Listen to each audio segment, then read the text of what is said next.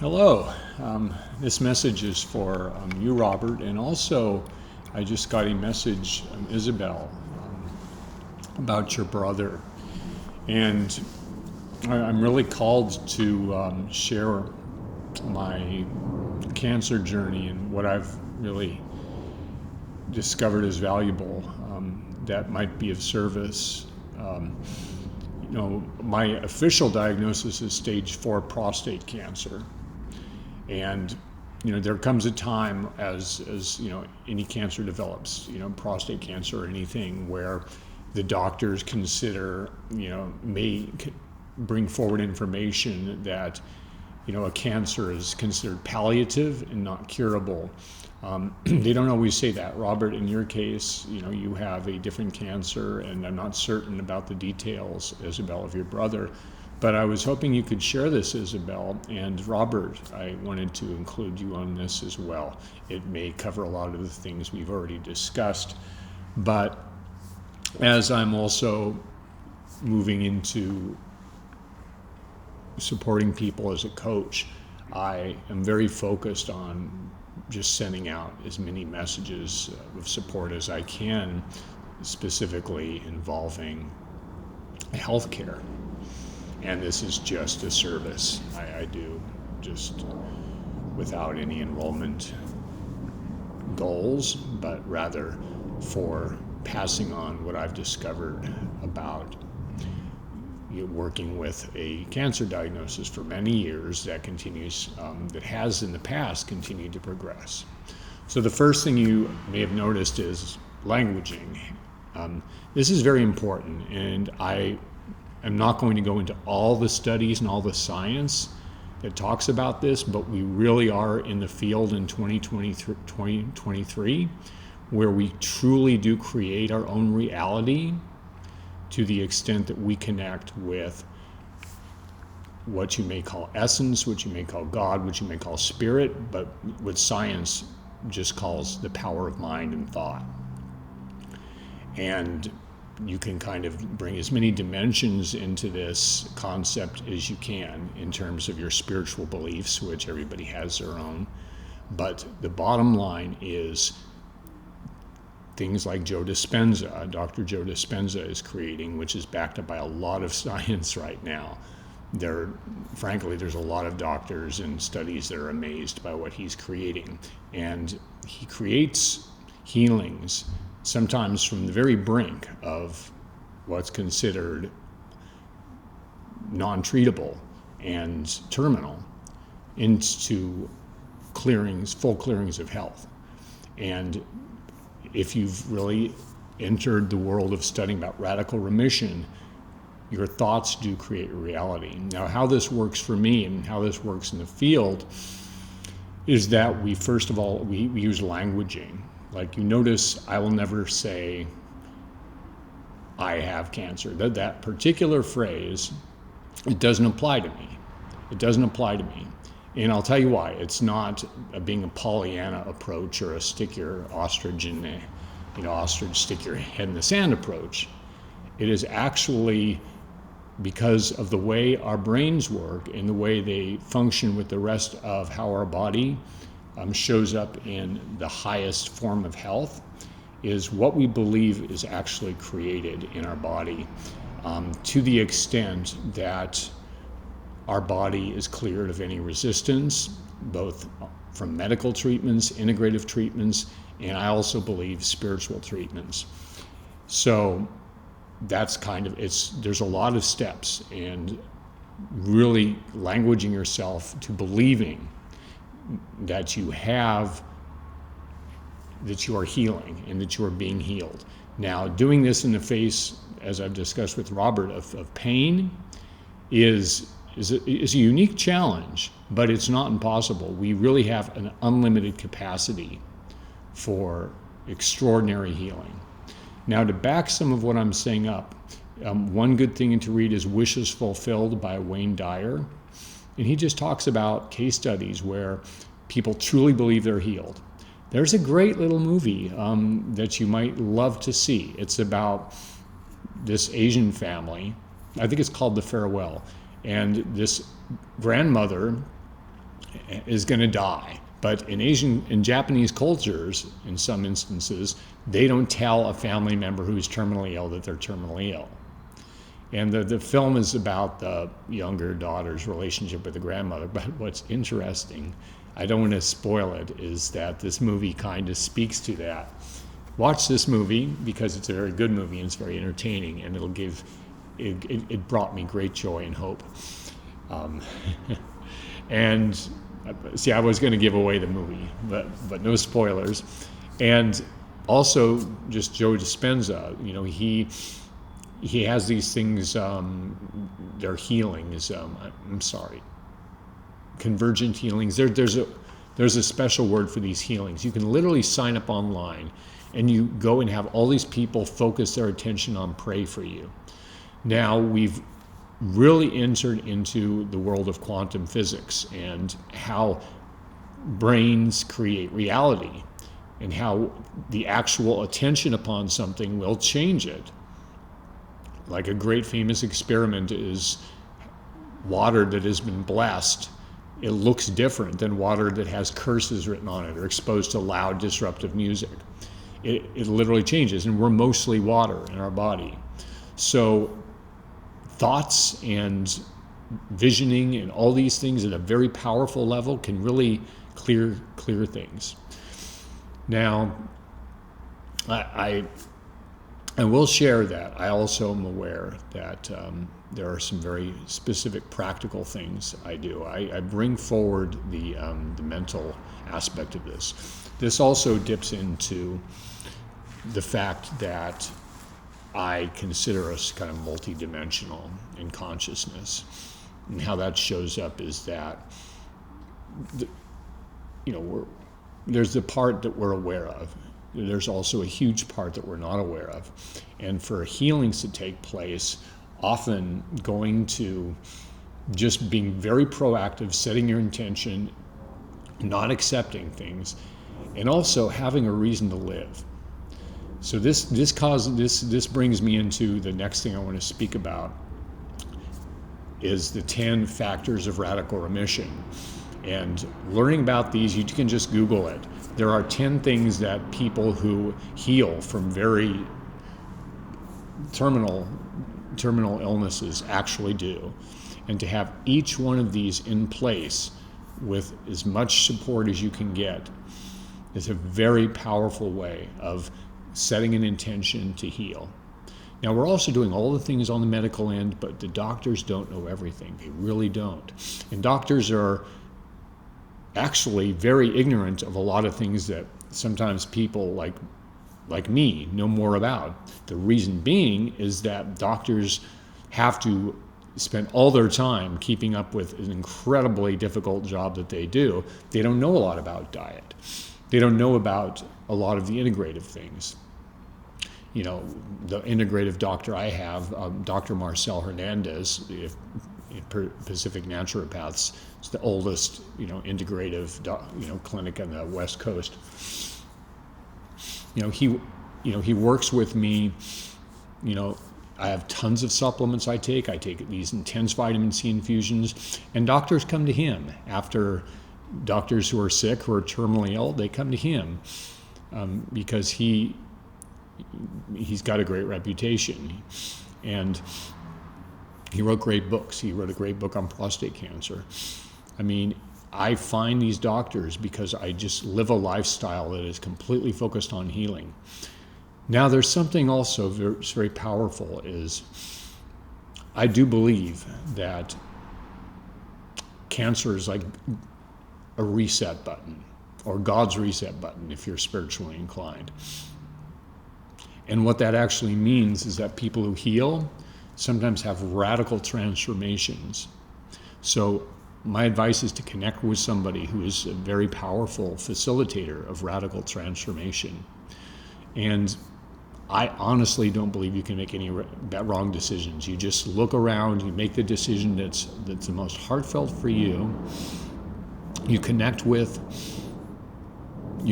this person, and you turn into the type of person who is that healed person. what does that healed person look like? Is this healed person walking around in the same old pattern that is the body that created the disease? Because the disease is created, my awareness is, from a combination. It could be toxins, it could be old patterns of energy. A lot of people believe, like trauma. Trauma is a factor in disease creation. Some energy that hasn't been released, like emotional blockage, creates disease. A lot of people believe this, and the science is always catching up to these things. So to start to release these energy things, there's something called Gestalt therapy, where you have upsets or things that create like unresolved issues, you may say, things that disturb your peace. You actually bring them forward and you have conversations with them. It's almost like an acting exercise. You're the voice of this disturbance. You can even yell and scream it out and get it out, and then you have a conversation. Because all these things that are in your consciousness, they're there for a reason. They were seeded in you for reasons that probably don't apply to your life anymore, and that may even be harmful. So getting these energies out with a great professional, or just asking for support if you don't have the money, just seeking and finding and setting that intention, and going to practitioners who will clear you of these energies, and then turning into the type of person who is a healed person. For me, what that is someone who has with a deep level of relaxation in their bodies, and who is constantly just giving over, surrendering. But at the same time, as I surrender and as I feel freer and easier, then I have more energy to focus my attention on creation and service. And that for me is a real genesis. And indeed, it's a constant challenge. Like right now, even as I'm speaking, there's part of my brain saying I'm late for a deliverable for like a client, which is true. But then there's the other part of my brain, and it's a little more attached to my wisdom, I believe, saying, "Oh, step forward and be of service." So this brings me also to intuition and ways of knowing. This is actually one of the 10 radical remissions factors that you can learn about from Kelly Turner. It's never too late, by the way. Just start going, setting an intention. Even if you're in a terminal situation, being in a state of moving into healing is valuing your life, is saying grace and honoring every second you have here with an intention of being here, being present for whatever. I mean, we're all gonna die. That's another powerful thing is death awareness. You know, I want to speak a little more about intuition. I'm kind of jumping ahead. Let's put a place mark on death awareness so we can just touch a little more upon intuition and knowing. Meditation, prayer, whatever is called forward with your healing, with your spiritual awareness. If you're not of a spiritual persuasion, silence and kindness, focusing outwards, love, simple as that. That's spirituality. And when you are in that state, you often have direct knowing, and you ask if kindness was an entity.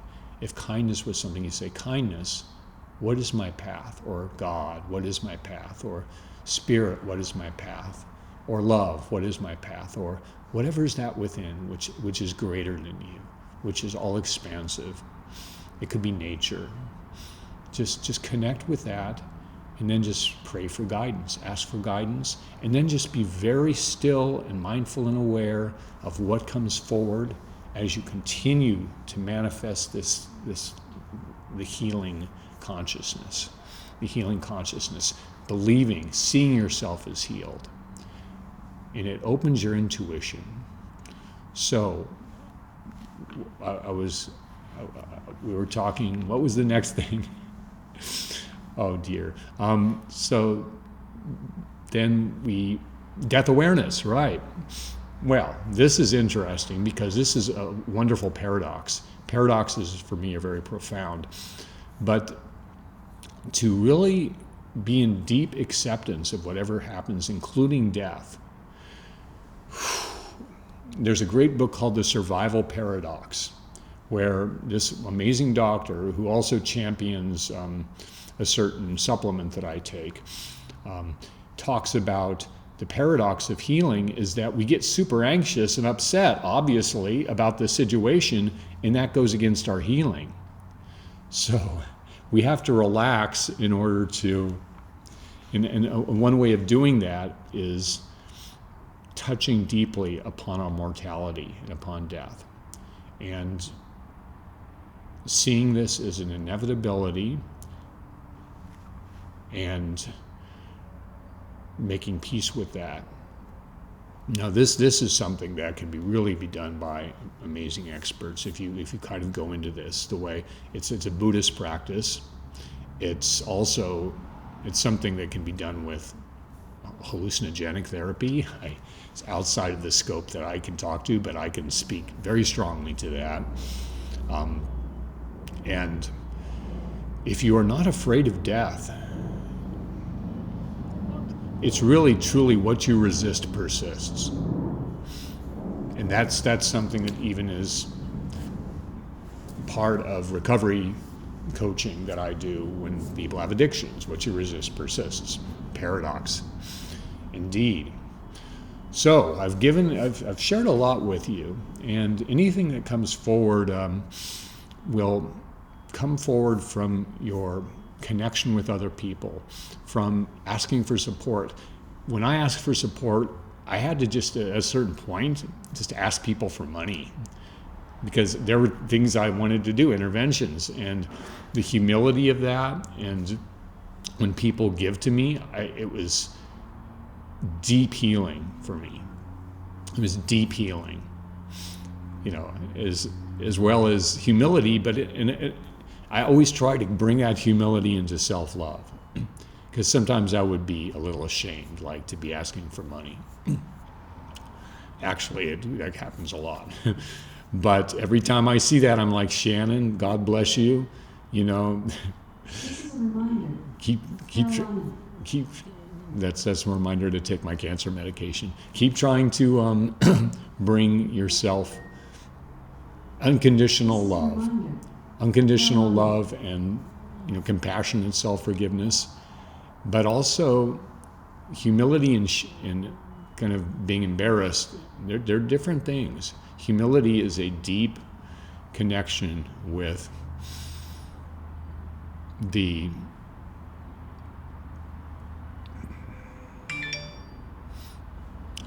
part of yourself that is small and surrendering. And shame, on the other hand, like being embarrassed and not wanting to take money, that's the ego. That's the ego thinking, I should do it all. And the ego is, as they say, a great servant but a terrible master. So wonderful. This is just some things I wanted to bring forward and share. And I had two people reach out to me this morning about this condition. And this is just something to connect with. And please reach out to me as well. I love to be of support. I recently got a PET scan where and listen to my languaging here, the osseous growth, the cancerous osseous growth detected by the medical community, which is not my condition, which is not part of who I am, has greatly diminished, and we're going to be targeting it with radiation. I'm always saying kind of to the medical things with my intuition and attunement, because I'm being shown all the time. I mean, the more I meditate, the more I get into focus, the more I do all the things I spoke of, the more I take care of each of those 10 radical remissions, Some of those I'll just throw out there. Community, people who have community, people who have a reason to live, people who have like emotional freedom and joy. By the way, laughter. Laugh, laugh, laugh, laugh, laugh. Yeah, watch the 10-part Radical Remissions documentary on Hay House. It's a fun watch and it'll fill you with hope. Diet, exercise. Exercise truly changes your body as much as you can. I mean, it's hard for me to exercise when I'm on hormone therapy. And when people in pain, sometimes that's just like climbing a stair up and down. Small little things, set intentions, show the world, and then be clear, be free. This deep level of acceptance anxiety. Recognize yourself as the presence of undying love, is eternal. And give your brain and your thoughts and your beliefs, if they're not in congruence with what is your best for you, the best possible scenario. You should always, it's foolish not to win in your own fantasies, is what my teacher says. So, there's some wisdom from another brother doing the work, and this goes out from me to you.